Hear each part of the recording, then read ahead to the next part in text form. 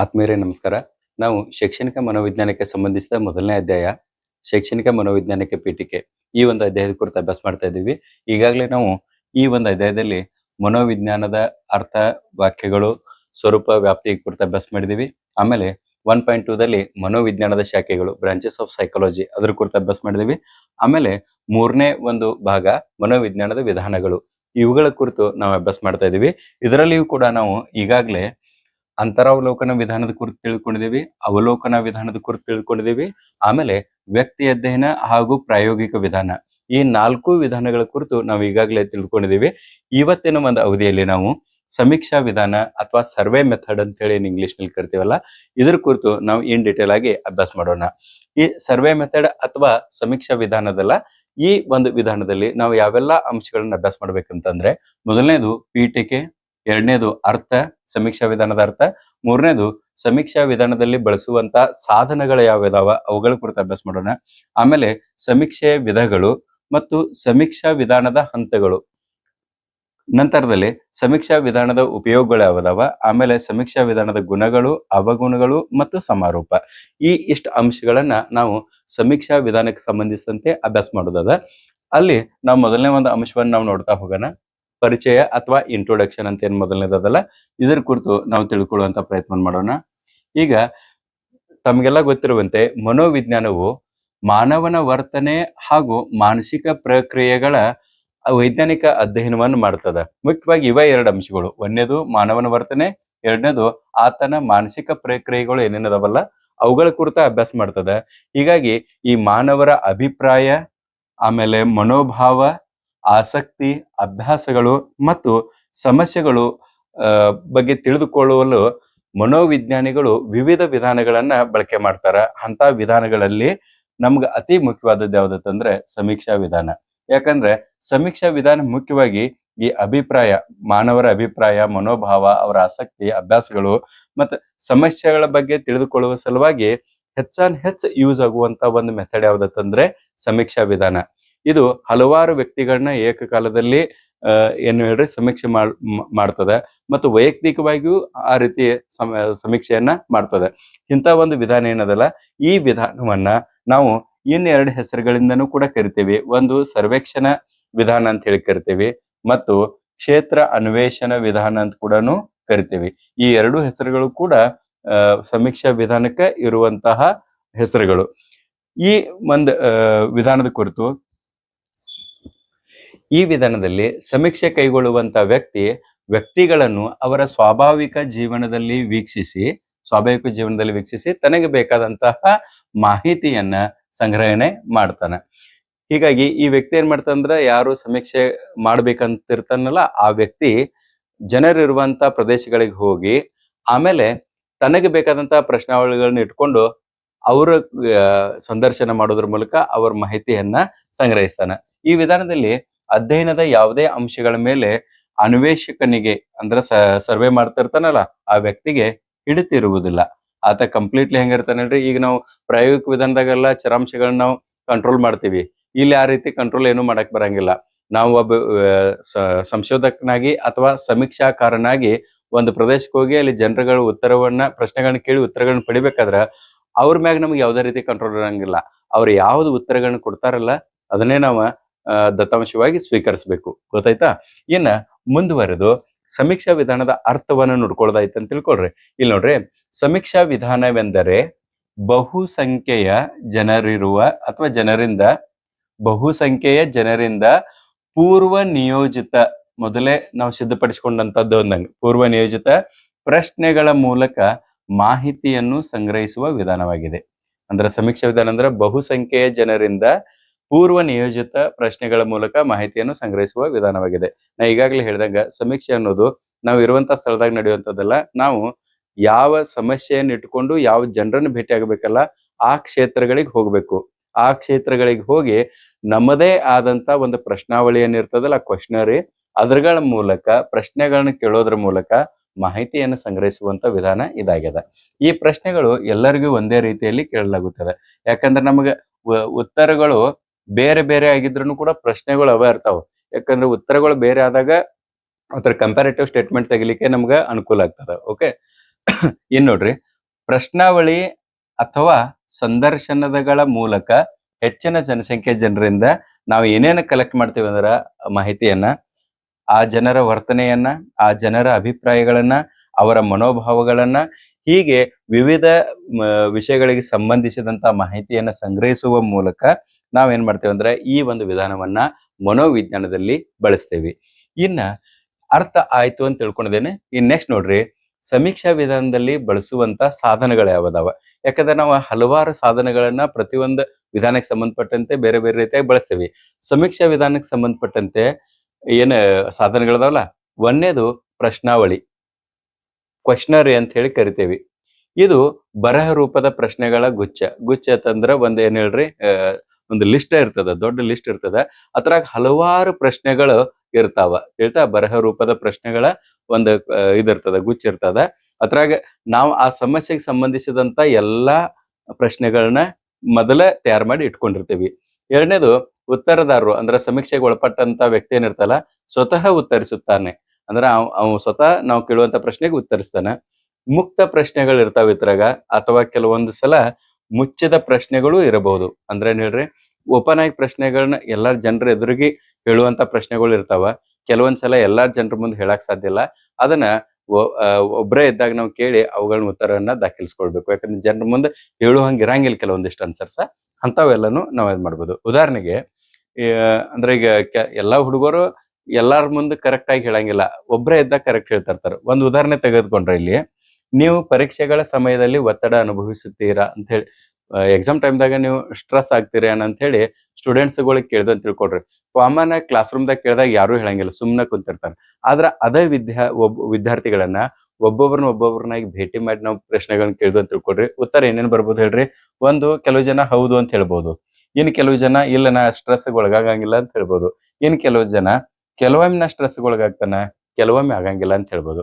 ಹಂಗಾದ್ರೆ ಯಾಕೆ ಸ್ಟ್ರೆಸ್ ಒಳಗಾಗ್ತೀರಿ ಅಂತ ಹೇಳಿ ಮುಂದಿನ ಪ್ರಶ್ನೆ ಕೇಳ್ದು ಅಂತ ತಿಳ್ಕೊಡ್ರಿ. ಅದಕ್ಕೆ ಮತ್ತೆ ಉತ್ತರಗಳು ಮತ್ತೆ ಆಪ್ಷನ್ 1, 2, 3 ಕೊಟ್ಟಾಗ ಅವ್ರು ಟಿಕ್ ಮಾಡೋದ್ರ ಮೂಲಕ ಅಥವಾ ಹೇಳೋದ್ರ ಮೂಲಕ ಏನ್ ಹೇಳ್ರಿ, ನಮಗ ಉತ್ತರಗಳನ್ನ ಕೊಡ್ತಾ ಹೋಗ್ತಾರ. ಅದ್ರ ಮ್ಯಾಗ ಸಮೀಕ್ಷೆ ನಮಗ್ ಪೂರ್ಣಗೊಳ್ತದ. ಓಕೆ, ಇನ್ ನೆಕ್ಸ್ಟ್ ನೋಡ್ರಿ, ಎರಡನೇದು ವಿಧಾನ ಯಾವ್ದು ಹೇಳ್ರಿ. ಈಗ ಪ್ರಶ್ನಾವಳಿ ಒಂದೇದಾಯ್ತು. ಇನ್ನು ಎರಡನೇದು ಸಂದರ್ಶನದ ಮೂಲಕ ಕೂಡ ನಾವು ಮಾಹಿತಿಗಳನ್ನ ಸಂಗ್ರಹಣೆ ಮಾಡ್ತೀವಿ. ಪ್ರಶ್ನೆಗಳನ್ನು ಮಾತುಗಳ ಮೂಲಕ ಇಲ್ಲಿ ಕೇಳಲಾಗ್ತದ.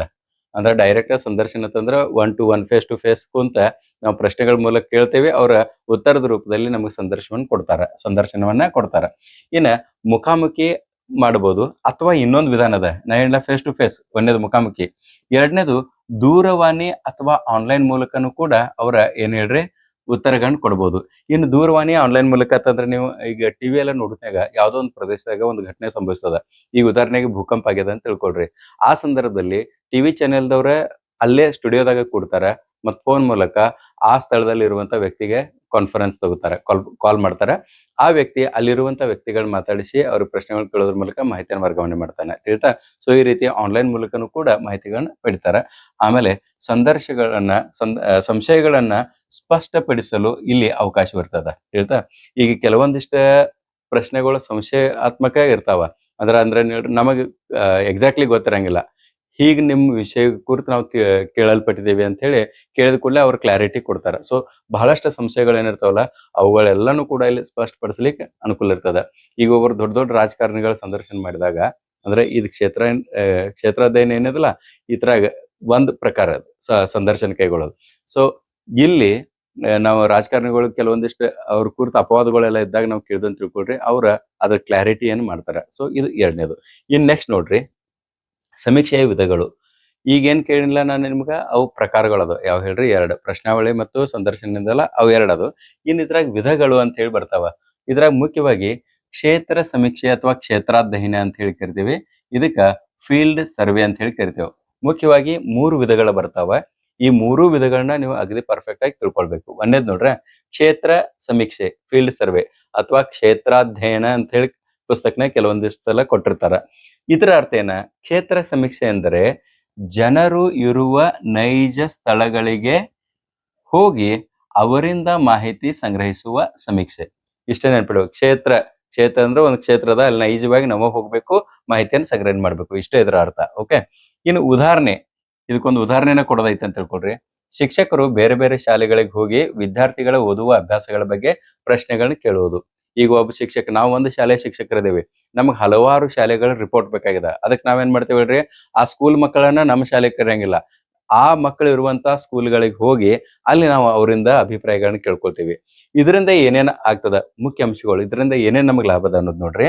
ಒಂದೇದು, ನೈಜ ಜೀವನ ಪರಿಸ್ಥಿತಿಗಳಲ್ಲಿ ನಡೆಸಲಾಗ್ತದೆ ಅದನ್ನ. ಸೊ ರಿಯಾಲಿಟಿ ಹೆಚ್ಚು ನಮಗ ಸಿಗ್ತದ. ಎರಡನೇದು, ಪ್ರಶ್ನಾವಳಿ ಅಥವಾ ಸಂದರ್ಶನದ ಮೂಲಕ ಇದನ್ನ ನಾವು ಬಳಕೆ ಮಾಡ್ತೀವಿ ಈ ವಿಧಾನವನ್ನ, ತಿಳಿತಾ, ಕ್ಷೇತ್ರ ಸಮಸ್ಯೆ ಮಾಡ್ಬೇಕಾದ್ರೆ. ಆಮೇಲೆ ನೈಜ ಮತ್ತು ಇದ್ರಾಗ ಯಾವ್ದು ಹೇಳ್ರಿ, ಪ್ರಾಯೋಗಿಕ ಮಾಹಿತಿಯನ್ನ ಇದು ಒದಗಿಸ್ಕೊಡ್ತದ ಅಂತಂದಂಗ. ಓಕೆ. ಆಮೇಲೆ ಎರಡನೇದು ವಿಕಾಸಾತ್ಮಕ ಸಮೀಕ್ಷೆ ಅಂತ ಹೇಳಿ. ಒಂದನೇದು ಕ್ಷೇತ್ರಾಧ್ಯಯನ, ಎರಡನೇದು ವಿಕಾಸಾತ್ಮಕ ಸಮೀಕ್ಷೆ, ಡೆವಲಪ್ಮೆಂಟಲ್ ಸರ್ವೆ ಅಂತ ಹೇಳಿ ಕರಿತೀವಿ. ಡೆವಲಪ್ಮೆಂಟಲ್ ಸರ್ವೆ ಅಂದ್ರೆ ಏನನ್ನೋದು ನೋಡ್ರಿ, ಇದಕ್ಕ ಅಭಿವೃದ್ಧಿ ಸಮೀಕ್ಷೆ ಅಂತ ಕೂಡ ಕರಿಲಾಗ್ತದ, ಅಭಿವೃದ್ಧಿ ಸಮೀಕ್ಷೆ ಅಂತ ಕೂಡ ಕರಿಲಾಗ್ತದ. ಇಲ್ಲಿ ಏನಾಗ್ತದ ಅಂದ್ರ, ವಯಸ್ಸಿನೊಂದಿಗೆ ವರ್ತನೆಯಲ್ಲಿ ಆಗುವ ಬದಲಾವಣೆಗಳ ಅಧ್ಯಯನ. ಅಂದ್ರೆ ಏಜ್ ವೈಸ್ ನಮ್ಮಲ್ಲಿ ಏನೇನು ವರ್ತನೆದಾಗ ಬಿಹೇವಿಯರ್ಸ್ ಆಗಿ ಚೇಂಜಸ್ ಆಗ್ತಾವಲ್ಲ, ಅದನ್ನ ಅಭ್ಯಾಸ ಮಾಡುವಂತ ವಿಧಾನ ಏನದಲ್ಲ, ಅದಕ್ಕೆ ನಾವ ವಿಕಾಸಾತ್ಮಕ ಸಮೀಕ್ಷೆ ಅಂತ ಹೇಳಿ ಕರಿತೇವೆ. ಇಲ್ಲಿ ಉದಾಹರಣೆಗೆ ಒಂದು ಉದಾಹರಣೆ ತಗೊಂಡೇವಿ ನೋಡ್ರಿ. ಇಲ್ಲಿ ಬಾಲ್ಯದಲ್ಲಿ ಒಂದನೇದು ಇದು ಬಾಲ್ಯ, ಎರಡನೇದು ಕಿಶೋರ, ಎರಡನೇ ಹಂತ, ಮೂರನೇದು ವಯಸ್ಕ. ಇವು 3 ಹಂತಗಳನ್ನ ಆಯ್ಕೆ ಮಾಡ್ಕೊಂಡಿದೀವಿ. ಈ 3 ಹಂತದಾಗ ಏಜ್ ಬೇರೆ ಬೇರೆ ಇರ್ತದ. ಬಾಲ್ಯಾವಸ್ಥೆ ಬೇರೆ, ಕಿಶೋರಾವಸ್ಥೆ ಬೇರೆ, ವಯಸ್ಕರ ಅವಧಿ ಬೇರೆ ಇರ್ತದ. ಈ 3 ಹಂತಗಳಲ್ಲಿ ಚಿಂತನಾ ಸಾಮರ್ಥ್ಯ ಹೇಗೆ ಬದಲಾಗುತ್ತದೆ ಎಂಬುದನ್ನ ಅಧ್ಯಯನ ಮಾಡುವುದಾಗಿದೆ. ಗೊತ್ತಾಯ್ತಲ್ಲ. ಅಂದ್ರೆ ಏಜ್ ತಕ್ಕಂತೆ ನಮಗ್ ವರ್ತನೆಗಳೆಲ್ಲಾನು ಮ್ಯಾಚೂರ್ಡ್ ಆಗತ್ತವೋ ಅಥವಾ ಇಲ್ಲೋ. ಬಾಲ್ಯದಲ್ಲಿ ಬಾಲ್ಯದ ರೀತಿ ಬಿಹೇವಿಯರ್ಸ್ ಇರಬೇಕು, ಕಿಶೋರಾವಸ್ಥೆಯಲ್ಲಿ ಕಿಶೋರರಿಗೆ ಇರುವಂತ ವರ್ತನೆಗಳನ್ನ ನಾವು ಹೊಂದಿರಬೇಕು, ವಯಸ್ಕರಾದಾಗ ಅದೇ ಮ್ಯಾಚುರಿಟಿ ಬಿಹೇವಿಯರ್ಸ್ ನ ಹೊಂದಿರಬೇಕು. ಇದ್ರಾಗ ಎಲ್ಲಿ ಹೆಚ್ಚು ಕಡಿಮೆ ಆಕೈತೆನ ಇದನ್ನ ಅಭ್ಯಾಸ ಮಾಡುವಂತದ್ದು ಏನದಲ್ಲ, ಅದಕ್ಕೆ ನಾವೇನ್ ಕರಿತೀವಿ, ವಿಕಾಸಾತ್ಮಕ ಸಮೀಕ್ಷೆ ಅಂತ ಹೇಳಿ ಕರಿತೀವಿ. ಮುಖ್ಯ ಅಂಶಗಳು ಏನಂತಂದ್ರೆ ಇದ್ರಾಗ ಒಂದೇದು, ಬೆಳವಣಿಗೆ ಮತ್ತು ಅಭಿವೃದ್ಧಿಯ ಮೇಲೆ ಒತ್ತಾಯ ಅಂತಂದ್ರ, ಬೆಳವಣಿಗೆ ಮತ್ತು ವಿಕಾಸ, ಇದೇನು ಅಭಿವೃದ್ಧಿ ಅಂತಂದ್ರ ವಿಕಾಸ ತಂದಂಗ. ಬೆಳವಣಿಗೆ ಅಂದ್ರೆ ದೈಹಿಕ ಬೆಳವಣಿಗೆ, ವಿಕಾಸ ಅಂತಂದ್ರ ಮಾನಸಿಕ ಬೆಳವಣಿಗೆ ಅಂದಂಗ. ಆ ದೈಹಿಕ ಬೆಳವಣಿಗೆಗೂ ಮತ್ತು ಮಾನಸಿಕ ಬೆಳವಣಿಗೆಗೂ ಸಮ ಅದನು ಅಥವಾ ಇಲ್ಲೋ ಅನ್ನೋದನ್ನ ನಾವು ನೋಡ್ಬೋದು ಇಲ್ಲಿ. ಆಮೇಲೆ ವಯಸ್ಸಿನ ಆಧಾರದ ಮೇಲೆ ಅಧ್ಯಯನ, ಅಂದ್ರೆ ವಯಸ್ಸಿಗೆ ತಕ್ಕಂತೆ ಬುದ್ಧಿಶಕ್ತಿ ಇವನ್ನೆಲ್ಲಾನು ಕೂಡ ನಾವು ಗಮನಿಸುವಂತ ಅಂಶಗಳಿದಾವೆ ಇಲ್ಲಿ. ಕಡಿಮೆ ಅವಧಿ ಅಥವಾ ದೀರ್ಘ ಅವಧಿಯ ಅಧ್ಯಯನವಾಗಿರಬಹುದು.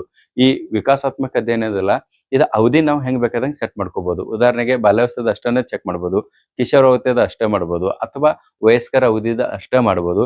ಇಲ್ಲ ಬಾಲ್ಯದಿಂದ ಹಿಡ್ಕೊಂಡು ಕಿಶೋರಾವಸ್ಥೆ ತನಕ, ವಯಸ್ಕರ ಅವಧಿ ತನಕನೂ ಕೂಡ ದೀರ್ಘ ಅವಧಿವರೆಗೆ ಈ ವಿಧಾನವನ್ನ ಸಮೀಕ್ಷೆಯನ್ನ ನಾವು ನಡೆಸಬಹುದು. ಇನ್ನ ಮೂರನೇದು ಮತ್ತು ಕೊನೆಯದು ಇದ್ರಾಗ ಇದ್ಯಾವ್ದಂದ್ರ ವಿಧಾನ ಅಂದ್ರ ವಿಭೇದಾತ್ಮಕ ಸಮೀಕ್ಷೆ, ಡಿಫರೆನ್ಸಿಯಲ್ ಸರ್ವೆ ಅಂತ ಹೇಳಿ ಕರಿತೇವೆ. ವಿಭೇದಾತ್ಮಕ ಸಮೀಕ್ಷೆ, ಇದರ ಅರ್ಥ ನೋಡ್ಕೊಳ್ರಿ. ವಿಭೇದಾತ್ಮಕ ಸಮೀಕ್ಷೆ ಎಂದರೆ ವ್ಯಕ್ತಿಗಳ ಅಥವಾ ಗುಂಪುಗಳ ನಡುವಿನ ಭೇದಗಳನ್ನ ಅಧ್ಯಯನ ಮಾಡುವುದಾಗಿದೆ.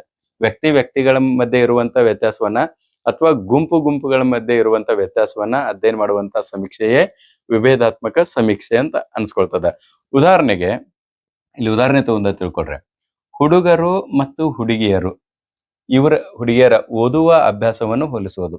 ಯಾರು ಹೆಚ್ಚು ಓದ್ತಾರ, ಯಾರು ಕಡಿಮೆ ಓದ್ತಾರ, ಯಾರು ಕಾನ್ಸಂಟ್ರೇಟ್ ಆಗಿ ಓದ್ತಾರ, ಯಾರು ಓದಂಗಿಲ್ಲ, ಇಂಥವೆಲ್ಲ ನಾಮ ಪ್ರಶ್ನೆಗಳನ್ನ ಇಟ್ಕೊಂಡು ಸಮೀಕ್ಷೆ ಮಾಡ್ಬೋದು. ಅಥವಾ ಎರಡನೇದು, ಗ್ರಾಮೀಣ ಮತ್ತು ನಗರ ವಿದ್ಯಾರ್ಥಿಗಳನ್ನ ಹೋಲಿಸುವುದು. ಈ ಗ್ರಾಮೀಣ ಪ್ರದೇಶದಾಗ ವಿದ್ಯಾರ್ಥಿಗಳು ಇರ್ತಾರ, ಅವ್ರು ಯಾವ ರೀತಿ ಅಭ್ಯಾಸ ಮಾಡ್ತಾರ, ನಗರ ಪ್ರದೇಶದಾಗ ಇರುವಂತ ವಿದ್ಯಾರ್ಥಿಗಳು ಯಾವ ರೀತಿ ಅಭ್ಯಾಸ ಮಾಡ್ತಾರ. ಉದಾಹರಣೆಗೆ ಗ್ರಾಮೀಣ ಪ್ರದೇಶದ ವಿದ್ಯಾರ್ಥಿಗೆ ನಾವು ಕ್ವಶನರ್ ಹೆಂಗ್ ಮಾಡ್ಕೋದು, ಬೆಳಗಿನ ಜಾವ ಎಷ್ಟು ಗಂಟೆಗೆ ಕೇಳ್ತೀರಿ, ಅದೇ ಸೇಮ್ ಪ್ರಶ್ನೆಯನ್ನ ಸಿಟಿ ಹುಡುಗರಿಗೂ ಕೇಳ್ಬೋದು. ಎದ್ದ ಕೂಡಲೇ ಏನೇನು ಕೆಲಸಗಳನ್ನ ಮಾಡ್ತೀರಿ, ಯಾಕಂದ್ರೆ ಹಳ್ಳಿಯಾಗಿರುವಂತ ಹುಡುಗರು ಎಲ್ಲಾನು ಬಹಳಷ್ಟು ಮನೆ ಕೆಲಸಗಳನ್ನೆಲ್ಲ ಮಾಡಿ ಆಮೇಲೆ ಅಭ್ಯಾಸ ಕೊಡ್ತಿರ್ತಾರೆ. ಆಮೇಲೆ ಸಿಟಿ ಹುಡುಗರು ಎದ್ದ ಕೂಡಲೇ ಬೆಡ್ ಕಾಫಿ ಕುಡ್ದು ಅವ್ರ ಅಭ್ಯಾಸಕ್ಕೆ ಕುಂತ್ ಬಿಡ್ತಾರ. ಸೊ ಇಲ್ಲಿ ಈ ಕಂಪ್ಯಾರಿಸನ್ ನಮ್ಗೆ ನೋಡ್ಲಿಕ್ಕೆ ಸಿಗ್ತದ. ಆಮೇಲೆ ಅದನ್ನ ಬಿಟ್ಟು ಅವ್ರ ಶಾಲೆಗೆ ಹೋಗುವಂತ ಅವಧಿ ಎಷ್ಟ, ಶಾಲಾ ಸಮಯ ಎಷ್ಟ. ಇನ್ನು ಗ್ರಾಮೀಣ ಪ್ರದೇಶದವ್ರು ಇದ್ರೆ ಟ್ಯೂಷನ್ ಎಲ್ಲ ಹೋಗಂಗಿಲ್ಲ, ಸಿಟಿ ಅವ್ರ ಇದ್ರೆ ಟ್ಯೂಷನ್ ಹೋಗ್ತಾರ. ಸೊ ಈ ಎಲ್ಲಾ ಪ್ರಶ್ನೆಗಳನ್ನ ಕೇಳ್ತಾ ಆಮೇಲೆ ಕೊನೆಗೆ ರಿಸಲ್ಟ್ ಚೆಕ್ ಮಾಡೋದು, ಗ್ರಾಮೀಣ ವಿದ್ಯಾರ್ಥಿಗಳ ಸಾಧನೆ ಹೆಚ್ಚದನು ಅಥವಾ ನಗರ ಪ್ರದೇಶದ ವಿದ್ಯಾರ್ಥಿಗಳ ಸಾಧನೆ ಹೆಚ್ಚದನು. ಇಂಥವೆಲ್ಲಾನು ಹೋಲಿಸೋದೇನದಲ್ಲ ವಿಭೇದಾತ್ಮಕ, ಡಿಫ್ರೆನ್ಸ್ ಮಾಡೋದಲ್ಲ, ಅದೇ ವಿಭೇದಾತ್ಮಕ ಸಮೀಕ್ಷೆ ಅಂತ ಅನ್ಸ್ಕೊಳ್ತದೆ. ಉದಾಹರಣೆಗೆ ವೈಯಕ್ತಿಕ ಮತ್ತು ಗುಂಪು ಭೇದಗಳ ಅಧ್ಯಯನ ಮಾಡ್ಲಿಕ್ಕೆ ಆಗ್ತದೆ. ಆಮೇಲೆ 2 ಅಥವಾ ಹೆಚ್ಚಿನ ಗುಂಪುಗಳ ಹೋಲಿಕೆ ಮಾಡಬಹುದು. ಜನರು ಏಕೆ ವಿಭಿನ್ನರಾಗಿರುತ್ತಾರೆ ಎಂಬುದನ್ನ ತಿಳಿಯಲು ಕೂಡ ಇದು ನಮಗೆ ಸಹಾಯಕವಾಗ್ಯದ. ಇವು 3 ಸಮೀಕ್ಷಾ ವಿಧಾನದ ವಿಧಗಳು ತಿಳ್ತಾ. ಆಮೇಲೆ ನೆಕ್ಸ್ಟ್ ನೋಡ್ರಿ, ಸಮೀಕ್ಷಾ ವಿಧಾನದ ಹಂತಗಳು, ಸ್ಟೆಪ್ಸ್ ಆಫ್ ಸರ್ವೆ ಮೆಥಡ್ ಅಂತ ಹೇಳಿ ಕರಿತೇವೆ ನಾವು. ಯಾವ್ಯಾವ ಹಂತಗಳನ್ನ ನಾವು ಬಳಸಿ ಸರ್ವೆ ಮಾಡಬಹುದು ಅಂತಂದ್ರೆ, ಒಂದೇದು ಸಮಸ್ಯೆಯ ಆಯ್ಕೆ. ಈಗ ನಾವು ಹೇಳಿದ್ಲ ಗ್ರಾಮೀಣ ಮತ್ತು ನಗರ ಪ್ರದೇಶಗಳ ವಿದ್ಯಾರ್ಥಿಗಳ ಓದು ಅಥವಾ ಅಭ್ಯಾಸ, ಇದೇನದಲ್ಲ ಇದನ್ನೇ ಸಮಸ್ಯೆ ಅಂತ ತಿಳ್ಕೊಂಡು ನಾವು ಮಾಡೋದಾದ್ರೆ, ಮೊದಲು ಸಮಸ್ಯೆ ಆಯ್ಕೆ ಆಯ್ತು. ಪ್ರಶ್ನೆಗಳ ತಯಾರಿ, ಇದೇ ಹೇಳಿದ್ನಲ್ಲ, ಅಂತ ಎಲ್ಲಾ ಪ್ರಶ್ನೆಗಳನ್ನ ಇಟ್ಕೊಂಡು ದಿನಚರಿಯನ್ನು ಆಧಾರವಾಗಿ ಇಟ್ಕೊಂಡು ನಾವೆಲ್ಲಾನು ಕೂಡ ಪ್ರಶ್ನಾವಳಿಗಳನ್ನ ನಮಗೆ ಬೇಕಾದಂಗೆ ತಯಾರು ಮಾಡ್ಕೊಳ್ಳೋದು. ಆಮೇಲೆ ಮಾದರಿಯ ಆಯ್ಕೆ ಅಂದ್ರೆ ಯಾವ್ಯಾವ ಪ್ರದೇಶಗಳನ್ನ ನಾವು ಇದಕ್ಕೆ ಕನ್ಸಿಡರ್ ಮಾಡೋದು. ನಗರಗಳಂದ್ರೆ ನಗರಗಳು ಯಾವ ತೆಗೆದುಕೊಳ್ಳೋದು, ಗ್ರಾಮೀಣ ಅಂದ್ರೆ ಯಾವ ಗ್ರಾಮೀಣ ಪ್ರದೇಶಗಳನ್ನ ಆಯ್ಕೆ ಮಾಡ್ಕೊಳ್ಳೋದು. ಅದಾದ ಕೂಡಲೇ ವಿದ್ಯಾರ್ಥಿಗಳನ್ನ ಸಂದರ್ಶಿಸಿ ಅಧ್ಯಯನ ನಡೆಸಿ ಮಾಹಿತಿಯನ್ನ ಸಂಗ್ರಹಿಸೋದಾಗಿದೆ. ಆಮೇಲೆ ಮಾಹಿತಿಯ ವಿಶ್ಲೇಷಣೆ ಮಾಡೋದಾಗಿದೆ, ಕಂಪ್ಯಾರಿಸನ್ ಮಾಡೋದು. ಆಮೇಲೆ ನಿರ್ಣಯ ಬರೋದು, ಯಾವ್ದು ಇದ್ರಾಗ ಒಳ್ಳೆ ವಿದ್ಯಾರ್ಥಿಗಳಾಗಿ ಪರಿವರ್ತನೆ ಆಕಾರ, ನಗರದವ್ರು ಆಕಾರೋ ಅಥವಾ ಗ್ರಾಮೀಣ ಪ್ರದೇಶದವ್ರು ಆಕಾರೋ. ಇನ್ ಕೇಸ್ ನಗರ ಪ್ರದೇಶದವ್ರ ರಿಸಲ್ಟ್ ಡೌನ್ ಮಾಡ್ತಿದ್ರಂದ್ರ ಅದಕ್ಕೆ ಕಾರಣಗಳು ಏನದಾವ, ಡಿಸ್ಟ್ರಾಕ್ಷನ್ ಕಾರಣಗಳಿಂದವ. ಹಾಗಾದ್ರೆ ಕೊನೆಗೆ ಅವ್ರಿಗೆ ಸಲಹೆ ಸೂಚನೆಗಳನ್ನ ಯಾವ್ಯಾವ ಕೊಡೋದದ, ಇವು ಎಲ್ಲಾನು ಕೂಡ ನಾವು ಈ ವಿಧಾನದಲ್ಲಿ ಮಾಡಬಹುದಾಗಿದೆ ತಿಳಿತಾ. ಆಮೇಲೆ ನೆಕ್ಸ್ಟ್ ಸಮೀಕ್ಷಾ ವಿಧಾನದ ಉಪಯೋಗಗಳು. ಈ ಸಮೀಕ್ಷಾ ವಿಧಾನ ಮಾಡೋದ್ರಿಂದ ಯಾವೆಲ್ಲ ಉಪಯೋಗಗಳು ಆಗ್ತಾವ ಅನ್ನೋದನ್ನ ನಾವು ನೋಡ್ತಾ ಹೋದ್ರೆ, ಯೂಸಸ್ ಆಫ್ ಸರ್ವೆ ಮೆಥಡ್. ಒಂದೇದು ಅಭಿಪ್ರಾಯಗಳನ್ನ ಸಂಗ್ರಹಣೆ ಮಾಡ್ಲಿಕ್ಕೆ ಅನುಕೂಲ ಆಗ್ತದೆ. ಜನರ ಮನೋಭಾವಗಳನ್ನ ತಿಳಿದುಕೊಳ್ಳಲಿಕ್ಕೆ, ಅವರ ಆಸಕ್ತಿಗಳನ್ನ, ಅಭ್ಯಾಸಗಳನ್ನ ಮತ್ತು ಸಾಮಾಜಿಕ ಸಮಸ್ಯೆಗಳನ್ನು ಕೂಡ ನಾವು ಇದ್ರ ಮೂಲಕ ತಿಳಿದುಕೊಳ್ಬಹುದು. ಆಮೇಲೆ ವಿದ್ಯಾರ್ಥಿಗಳ ಶೈಕ್ಷಣಿಕ ಸಮಸ್ಯೆಗಳು ಯಾವ್ದು ಅನ್ನೋದು ಅಭ್ಯಾಸ ಮಾಡ್ಬೋದು. ಅದನ್ನ ಬಿಟ್ಟು ಮಾನಸಿಕ ಆರೋಗ್ಯ ಸಮಸ್ಯೆಗಳು ಯಾವ್ದಾದ್ರು ಇದ್ರೂ ಕೂಡ ಅವುಗಳನ್ನು ಕೂಡ ನಾವು ಸರ್ವೆ ಮೆಥಡ್ ಮೂಲಕ ನಾವು ಮಾಹಿತಿಯನ್ನು ಸಂಗ್ರಹಿಸಿ ಸೂಕ್ತ ಸಲಹೆ ಸೂಚನೆಗಳನ್ನು ಕೊಡ್ಲಿಕ್ಕೆ ಅನುಕೂಲ ಆಗ್ತದೆ ಅಂತ ಹೇಳ್ಬೋದು. ಇನ್ನ ಮುಂದುವರೆದು ಇದರ ಗುಣಗಳು, ಮೆರಿಟ್ಸ್ ಅಂತ ಏನಿದಾವಲ್ಲ, ಯಾವ ಮೆರಿಟ್ಸ್ ಅದಾವ ಅನ್ನೋದನ್ನ ನಾವು ನೋಡ್ತಾ ಹೋಗೋಣ. ಮೊದಲನೇದು ನೋಡ್ರಿ, ಹೆಚ್ಚಿನ ಸಂಖ್ಯೆಯ ಜನರನ್ನು ಅಧ್ಯಯನ ಮಾಡಲು ಇದು ಅನುಕೂಲ ಆಗ್ಯದ. ಯಾಕಂದ್ರೆ ಬಹಳಷ್ಟು ಜನರನ್ನ ನಾವು ಎಲ್ಲಾನು ಬೇರೆ ಒಂದು ಮೆಥಡ್ ಮೂಲಕ ಅಧ್ಯಯನ ಮಾಡ್ಲಿಕ್ಕೆ ಆಗಂಗಿಲ್ಲ. ಬಟ್ ಈ ವಿಧಾನವನ್ನು ಬಳಸ್ಕೊಂಡು ಸಾಕಷ್ಟು ಜನರನ್ನು ಕೂಡ ನಾವು ಸಂದರ್ಶನ ಮಾಡಿ ಪ್ರಶ್ನೆಗಳನ್ನ ಕೇಳೋದ್ರ ಮೂಲಕ ಉತ್ತರವನ್ನು ಪಡೆದು ನಾವು ಒಂದು ನಿರ್ಣಯಕ್ಕೆ ಬರ್ಲಿಕ್ಕೆ ಅನುಕೂಲ ಆಗ್ತದೆ. ಇಲ್ಲಿ ಸಮಯ ಮತ್ತು ಹಣ ಉಳಿತಾಯ ಆಗ್ತದೆ. ಹೆಚ್ಚಿನ ಏನು ಬಹಳ ಖರ್ಚು ಇರಂಗಿಲ್ಲ. ಒಂದು ಊರಾಗ ಹೋದ್ರೆ ಸುಮಾರು ಜನರನ್ನ ನಾವು ಭೇಟಿ ಆಗ್ಬೋದು. ಸೊ ಮಿತವ್ಯಯ ಖರ್ಚು ಇಲ್ಲ ಅಂತಿಲ್ಲ, ಮಿತ ಖರ್ಚದ. ಮತ್ತ ಸಮಯವೂ ಕೂಡ ಒಂದ್ ಸ್ವಲ್ಪ ಉಳಿತದೆ. ಯಾಕಂದ್ರೆ ಒಂದ್ ದಿವಸ ಒಂದು ಊರಿಗೆ ಸಾಕು ತಿಳಿತಾ. ಸೊ ಸಾಕಷ್ಟು ಒಂದು ದಿನದಲ್ಲಿ ಸುಮಾರು ಒಂದು 50 ಜನರನ್ನು ಕೂಡ ನಾವು ಸಂದರ್ಶನ ಮಾಡಬಹುದು, ಸಮೀಕ್ಷೆಯನ್ನು ಮಾಡಬಹುದು. ಆಮೇಲೆ ಬಳಸಲು ಸುಲಭ ಅಂದ್ರೆ ಹೋಗಿ ಇಂಟರ್ವ್ಯೂ ಮಾಡ್ಕೊಂಡು ಬಾ ಹೇಳಿ ಒಂದ್ ಸಣ್ಣ ರನ್ನಿಂಗ್ ಆದ್ರೆ ಸಾಕು, ಯಾರು ಬೇಕಾದವ್ರು ಮಾಡ್ತಾರೆ. ಬಟ್ ಪ್ರಶ್ನಾವಳಿಗಳನ್ನ ತೆಗೆಯೋದಲ್ಲ, ಅದು ಬಹಳ ಡಿಫಿಕಲ್ಟ್ ಇರ್ತದ. ಯಾಕಂದ್ರೆ ಅದಕ್ಕೆ ಮನೋವೈಜ್ಞಾನಿಕ ಜ್ಞಾನ ಇರಬೇಕು. ಯಾವ ಸಮಸ್ಯೆಗೆ ಸಂಬಂಧಿಸಿದಂತಹ ಪರ್ಫೆಕ್ಟ್ ಕ್ವಶನ್ಗಳು ಅದಾವೋ ಇಲ್ಲೋ, ಆಪ್ಷನ್ ಕರೆಕ್ಟ್ ಕೊಡಿದ್ರು ಇಲ್ಲೋ, ಇಂಥವೆಲ್ಲ ನೋಡ್ಕೊಳ್ಳೋದಕ್ಕೆ ನಮ್ಗೆ ಸ್ವಲ್ಪ ಇದು ಬೇಕಾಗ್ತದೆ, ಜ್ಞಾನ ಬೇಕಾಗ್ತದೆ. ವಾಸ್ತವ ಜೀವನದ ಸಮಸ್ಯೆಗಳ ಅಧ್ಯಯನಕ್ಕೆ ಉಪಯುಕ್ತ. ಜನರು ನೈಜವಾಗಿ ಯಾವ್ಯಾವ ಸಮಸ್ಯೆಗಳನ್ನ ಎದುರಿಸಿದ್ದಾರೆ ಅನ್ನೋದ್ರ ಕುರಿತು ಇದು ಆಗ್ತದೆ. ಈಗ ಉದಾಹರಣೆಗೆ ರಾಜಕಾರಣಿಗಳೆಲ್ಲ ಮಾಡ್ತಿರ್ತಾರೆ ನೋಡ್ರಿ, ಏನ್ ಹೇಳ್ರಿ, ಅವರು ಆರ್ಶ್ ಬಂದ ಕೂಡಲೇ ಅವ್ರ ಕ್ಷೇತ್ರದಾಗ ಅಂದ್ರೆ ಎಲೆಕ್ಷನ್ ದಲ್ಲಿ ಅವ್ರು ಆಯ್ಕೆಯಾಗಿ ಹೋಗ್ತಾರೆ.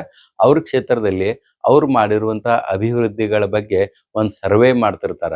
ಅವ್ರು ಮಾಡಿಸ್ತಾರೆ, ಕೆಲವು ಜನ ಅವರೇ ಮಾಡ್ತಾರ, ಕೆಲವೊಂದ್ಸಲ ಟಿವಿದವ್ರು ಮಾಡ್ತಿರ್ತಾರ. ಅವಾಗ ಜನರ ಅಭಿಪ್ರಾಯಗಳನ್ನ ತೆಗೆದುಕೊಳ್ತಾರ.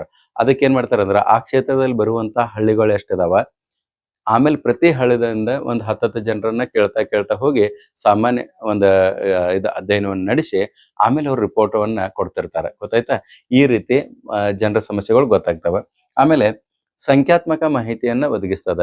ಎಕ್ಸಾಕ್ಟ್ಲಿ ಇದಂದ್ರೆ 100 ಜನರಾಗ 10 ಜನರನ್ನ ನೀವು ಸಂದರ್ಶನ ಮಾಡಿರ ತಿಳ್ಕೊಡ್ರಿ, ಹೆಚ್ಚು ಕಡಿಮೆ ರಿಪೋರ್ಟ್ 100 ಜನಕ್ಕೆ ಏನ್ ಉತ್ತರ ಬರ್ತದ ಅನ್ನೋದನ್ನ ನಾವು ಕನ್ಸಿಡರ್ ಮಾಡ್ಲಿಕ್ಕೆ ಇಲ್ಲಿ ಸಾಧ್ಯ ಅದ ಅಂತಂದಂಗ. ಇನ್ನ ಈ ಗುಣಗಳನ್ನ ಹೊಂದಿದ್ರು ಕೂಡ ಕೆಲವೊಂದಿಷ್ಟ ಅವಗುಣಗಳು ಅಥವಾ ಇತಿಮಿತಿಗಳು ಇದಕ್ಕಿದಾವ. ಯಾವತ್ತಂದ್ರ, ಉತ್ತರದಾರರು ಅಂದ್ರೆ ಯಾರ ಸಂದರ್ಶನಕ್ಕೆ ಒಳಗಾಗಿರ್ತಾರಲ್ಲ ಅಂತ ವ್ಯಕ್ತಿಗಳು ಸತ್ಯವಾಗಿ ಉತ್ತರಿಸದೇ ಇರಬಹುದು. ಈಗ ಫಾರ್ ಎಕ್ಸಾಂಪಲ್, ಒಬ್ಬ ರಾಜಕಾರಣಿ ಹೆಸರು ತೆಗೆದುಕೊಂಡ ಈ ಒಂದು ನಿಮ್ಮ ಊರಿನಲ್ಲಿ ಇಂಥ ಒಳ್ಳೆ ಕೆಲಸಗಳನ್ನ ಮಾಡಿದಾರೇನ ಅಂತೇಳಿ ನಾವು ಕೇಳಿದ್ವು ಅಂತ ತಿಳ್ಕೊಳ್ರಿ, ಎಲ್ಲಾ ಜನರ ಗುಂಪಿನಲ್ಲಿ ಆ ಉತ್ತರ ಕೊಡುವಂತ ವ್ಯಕ್ತಿ ಸಾಮಾನ್ಯವಾಗಿ ಹೌದ್ರಿ ಮಾಡಿದಾರೆ ಅಂತ ಹೇಳ್ತಾನೆ. ಆಮೇಲೆ ಒಬ್ಬ ಇದ್ದಾಗ ಆತನ ಅಭಿಪ್ರಾಯ ಬೇರೆ ಇರ್ತದೆ. ಯಾಕಂದ್ರ ಎಲ್ಲಾ ಸಂದರ್ಶಕರ ಮುಂದ ಏನಾದ್ರೂ ಕೆಟ್ಟ ಹೇಳಿದ್ರೆ ನನಗೇನಾದ್ರೂ ಶಿಕ್ಷೆ ಆಗ್ಬಹುದು ಅಂತ ತಿಳ್ಕೊಂಡು ಹೆದರಿ ಆತ ತಪ್ಪು ಮಾಹಿತಿ ಕೊಡುವಂತ ಇದು ಕೂಡ ಸಾಧ್ಯತೆನೂ ಕೂಡ ಇಲ್ಲಿ ಹೆಚ್ಚಿರ್ತದೆ. ಎರಡನೇದು, ಪ್ರಶ್ನೆಗಳ ಅರ್ಥ ತಪ್ಪಾಗಿ ಗ್ರಹಿಸುವ ಸಾಧ್ಯತೆ ಇರ್ತದೆ. ಅಂದ್ರೆ ಪ್ರಶ್ನೆಗಳ ಅರ್ಥ, ನಾವು ಕೇಳುವಂತ ಪ್ರಶ್ನೆನ ಅವ್ರು ತಪ್ಪಾಗಿ ತಿಳ್ಕೊಂಡು ಬೇರೆ ಒಂದು ಉತ್ತರವನ್ನು ಕೊಡುವಂತ ಸಾಧ್ಯತೆ ಇರ್ತದೆ. ಆಳವಾದ ವೈಯಕ್ತಿಕ ಅಧ್ಯಯನಕ್ಕೆ ಸೂಕ್ತವಲ್ಲ. ಡೆಪ್ತ್ ಏನಾದ್ರೂ ಕೇಳ್ಬೇಕಾದ್ರೆ ಅದು ಕರೆಕ್ಟ್ ಅಲ್ಲ ವಿಧಾನ. ಈ ಸಾಮಾನ್ಯ ಸರ್ವೆ ಅಂತ ಏನದಲ್ಲ, ಸಮೀಕ್ಷೆ, ಅದಕ್ಕಷ್ಟೇ ಯೂಸ್ ಅದ. ಇನ್ ಡೆಪ್ತ್ ಹೋಗಿ ಅದ್ರ ವರ್ತನೆಗಳನ್ನ ಎಲ್ಲಾನು ಅಭ್ಯಾಸ ಮಾಡ್ಲಿಕ್ಕೆ ಇಲ್ಲಿ ಸಾಧ್ಯತೆ ಇಲ್ಲ. ಮತ್ತು ಪೂರ್ವಗ್ರಹದ ಉತ್ತರಗಳು ಫಲಿತಾಂಶಕ್ಕೆ ಪರಿಣಾಮ ಬೀರ್ತವೆ. ಮೊದಲೇ ಹಿಂಗ್ ತಯಾರಾಗಿ ಕೂತಿದ್ ಅಂತ ತಿಳ್ಕೊಂಡ್ರೆ, ಹಿಂಗ ಹೇಳೋದು ಅಂತ ತಿಳ್ಕೊಂಡ ಆ ಸಂದರ್ಭದಾಗ ಉತ್ತರಗಳು ನಮ್ಗೆ ಯಾವುದು ಯೂಸ್ ಆಗಂಗಿಲ್ಲ, ಸರ್ವೆಗೆ ಯೂಸ್ ಆಗಂಗಿಲ್ಲ. ಮತ್ ಕೊನೆಯದು, ಪ್ರಶ್ನೆಗಳ ಗುಣಮಟ್ಟದ ಮೇಲೆ ಫಲಿತಾಂಶ ಅವಲಂಬಿತ. ನಾ ಈಗ ಹೇಳಿಲ್ಲ, ಕ್ವಶನ್ ಮಾಡೋದೇನದಲ್ಲ, ಕ್ವಶನರಿ ತಯಾರು ಮಾಡೋದಲ್ಲ, ಅದು ಬಹಳ ಇಂಪಾರ್ಟೆಂಟ್ ಕೆಲಸ ಅದ. ಅದಕ್ಕೆ ಮನೋವೈಜ್ಞಾನಿಕದ ಸ್ಪಷ್ಟ ಜ್ಞಾನದ ಅವಶ್ಯಕತೆ ನಮಗೆ ಇರಬೇಕು ಅಂತಂದಂಗೆ. ಇಷ್ಟೆಲ್ಲ ಅವಗುಣಗಳ ಮಧ್ಯೆನೂ ಕೂಡ ಸಮೀಕ್ಷಾ ವಿಧಾನ ಯಾಕೆ ನಮಗೆ ಬೆಸ್ಟ್ ಅನ್ನಿಸ್ತದತ್ತಂದ್ರ, ಇದೊಂದು ಸರಳ ಅದ, ಆಮೇಲೆ ಉಪಯುಕ್ತವಾಗುವಂಥದ್ದದ ಮತ್ತು ಪರಿಣಾಮಕಾರಿ ಅದ. ಯಾಕಂದ್ರ ಪರಿಣಾಮಕಾರಿ ಯಾಕತ್ತಂದ್ರ, ಕೆಲವೊಂದಿಷ್ಟು ಸರ್ಕಾರದ ಬಹುತೇಕ ಎಲ್ಲಾ ಯೋಜನೆಗಳು ಕೂಡ ಜನಾಭಿಪ್ರಾಯವನ್ನು ತೆಗೆದುಕೊಂಡ ಮಾಡ್ತಿರ್ತಾರ. ಯಾವ ಕ್ಷೇತ್ರಕ್ಕೆ ಯಾವ ಒಂದು ಸ್ಕೀಮನ್ನ ಡೆವಲಪ್ ಮಾಡಬೇಕು ಅಂತ ಹೇಳಿ ಅನ್ಕೋತಾರಲ್ಲ, ಅವಾಗ ಕೆಲವೊಂದ್ ಸಲ ಸರ್ಕಾರಕ್ಕೆ ಉಪಯುಕ್ತವಾಗುವಂತ ವಿಧಾನ ಯಾವ್ದು ಹೇಳ್ರಿ? ಸಮೀಕ್ಷಾ ವಿಧಾನ ಅಂತೇಳಿ. ಈಗ ನಾವ್ ಒಂದ್ ಸಣ್ಣ ಕೆಲಸ ಹೇಳ್ತಾನೆ ನಿಮ್ಗೆ, ತಾವೆಲ್ಲ ಮಾಡ್ಬೇಕು. 2025 ಅಕ್ಟೋಬರ್ ತಿಂಗಳದಾಗ ಕರ್ನಾಟಕ ಸರ್ಕಾರ ಒಂದು ಸಮೀಕ್ಷೆ ಕೈಗೊಂಡಿತ್ತು. ಆ ಶಿಕ್ಷಕರೆಲ್ಲಾನು ಕೂಡ ಅದ್ರಾಗ ಬಿಜಿ ಇದ್ರು. ನೀವು ಈ ಸಮೀಕ್ಷಾ ವಿಧಾನದ ನೋಟ್ಸ್ ಮಾಡ್ಬೇಕಾದ್ರ ಅಲ್ಲಿ ಒಂದು ಇತ್ತೀಚಿನ ಸಮೀಕ್ಷೆ ಅಂತ ಹಾಕಬೇಕು. ರಾಜ್ಯ ಸರ್ಕಾರದ ಇತ್ತೀಚಿನ ಸಮೀಕ್ಷೆ ಅಂತ ಹಾಕಿ, ಆ ಸಮೀಕ್ಷೆ ಯಾವ್ದು ಅನ್ನೋದು ನೀವು ಬರಿಬೇಕು. ಓಕೆ, ಅದೊಂದು ನಿಮ್ಗೆ ಅಪ್ಡೇಟೆಡ್ ನಾಲೆಜ್ ಇರಲಿ. ಇನ್ನ ವಿಶೇಷವಾಗಿ ಬಹುಜನರಿಂದ ಒಂದೇ ಸಮಯದಲ್ಲಿ ಮಾಹಿತಿ ಸಂಗ್ರಹಿಸಬೇಕಾದ ಸಂದರ್ಭಗಳಲ್ಲಿ ಇದು ಬಹಳ ಸಹಾಯಕವಾಗ್ತದೆ. ಸಾಕಷ್ಟು ನಾವು ಗುಂಪನ್ನು ತೆಗೆದುಕೊಂಡು ಕೂಡ ಒಂದು ಪ್ರಶ್ನೆಗಳನ್ನ ಕೇಳಿ, ಅಲ್ಲೇ ಎಲ್ಲಾ ಜನರು ಕಾಮನ್ ಆಗಿ ಎಲ್ಲರೂ ಹೇಳ್ತಾ ಇರ್ತಾರೆ. ಒಂದು ಹೆಚ್ಚು ಜನರು ಯಾವ್ದು ಉತ್ತರವನ್ನು ಕೊಡ್ತಾರಲ್ಲ, ಅದನ್ನ ನಾವು ಕನ್ಸಿಡರ್ ಮಾಡ್ಬೋದು. ಅಂದ್ರೆ ಒಂದು ಪ್ರಶ್ನೆಗಳನ್ನ ಕೇಳಿ ಇಲ್ಲಿ ಎಲ್ಲರೂ ಯಾವಾಗ ಉತ್ತರ ಕೊಡೋರ ಅಂತ ನೀವು ಕೇಳ್ಬೋದು. ನೀವೇನ್ ಮಾಡೋದು ಹೇಳ್ರಿ? ಪ್ರಶ್ನೆಗಳನ್ನ ಕೇಳೋದು. ಪ್ರಶ್ನೆಯನ್ನು ಕೇಳೋದು ಹೌದು ಅಥವಾ ಇಲ್ಲ, ಈ ರೂಪದಲ್ಲಿ ನೀವು ಇದಕ್ಕೆ ಉತ್ತರ ತಯಾರು ಮಾಡೋದು. ಹೌದು ಅನ್ನೋರ್ ಕೈ ಮೇಲೆ ಮಾಡ್ರಿ ತಂದ ಕೂಡಲೇ ಹೌದು ಇದ್ದವ್ರು ಮಾಡ್ತಾರೆ, ಇಲ್ಲ ಅಂದವ್ರು ಇಲ್ಲ. ಸೊ ಅಲ್ಲಿ ನಿಮಗೆ ಕಂಪ್ಯಾರಿಸನ್ ಮಾಡ್ಲಿಕ್ಕೆ ಆಗ್ತದೆ, ಯಾವ್ದು ಹೆಚ್ಚಿನ ರೇಷಿಯೋ ಅದ ಅನ್ನೋದು ಗೊತ್ತಾಗ್ತದೆ. ಸೊ ಹಿಂಗಾಗಿ ಎಷ್ಟೇ ವಿಧಾನಗಳಲ್ಲಿ ನಾ ಈಗಾಗಲೇ ಹೇಳ್ದಂಗ ವ್ಯತ್ಯಾಸಗಳಿದ್ರೂ ಕೂಡ, ವಿಧಾನದ ಗುಣಗಳು ಅವಗುಣಗಳಲ್ಲಿ ವ್ಯತ್ಯಾಸಗಳಿದ್ರೂ ಕೂಡ, ಪ್ರತಿಯೊಂದು ವಿಧಾನವೂ ಕೂಡ ಮಾನವನ ವರ್ತನೆಯನ್ನು ತಿಳಿದುಕೊಳ್ಳುವಲ್ಲಿ ಸ್ವಲ್ಪ ಮಟ್ಟಿಗೆ ನಮಗೆ ಸಹಾಯ ಆಗೇ ಆಗ್ತಾವ. ಈ ನಿಟ್ಟಿನಲ್ಲಿ ಇವತ್ತಿನ ಸಮೀಕ್ಷಾ ವಿಧಾನ ಏನದಲ್ಲ, ಇದು ಕೂಡ ಶಿಕ್ಷಕನಿಗೆ ಇರಬೇಕಾದಂತಹ ಒಂದು ಜ್ಞಾನದ ಮಹತ್ವವಾದಂತಹ ವಿಧಾನ ಅಂತ ಹೇಳಿ ನಾನು ಹೇಳಕ್ ಇಷ್ಟಪಡ್ತೀನಿ. ಈ ವಿಧಾನದ ಕುರಿತು ನಿಮ್ಗೆ ಏನಾದ್ರೂ ಪ್ರಶ್ನೆಗಳಿದ್ರೆ ತಾವು ಕಮೆಂಟ್ ಮಾಡ್ರಿ. ಆ ಕಮೆಂಟ್ ನೋಡ್ಕೊಂಡು ನಾನು ನಿಮಗೆ ಉತ್ತರಿಸುವಂತ ಪ್ರಯತ್ನ ಮಾಡ್ತೀನಿ. ಮುಂದಿನ ಒಂದು ಅವಧಿಯಲ್ಲಿ ನಾವು ಸಂದರ್ಶನ ವಿಧಾನದ ಕುರಿತು ಅಭ್ಯಾಸ ಮಾಡೋಣ. ನಮಸ್ಕಾರ.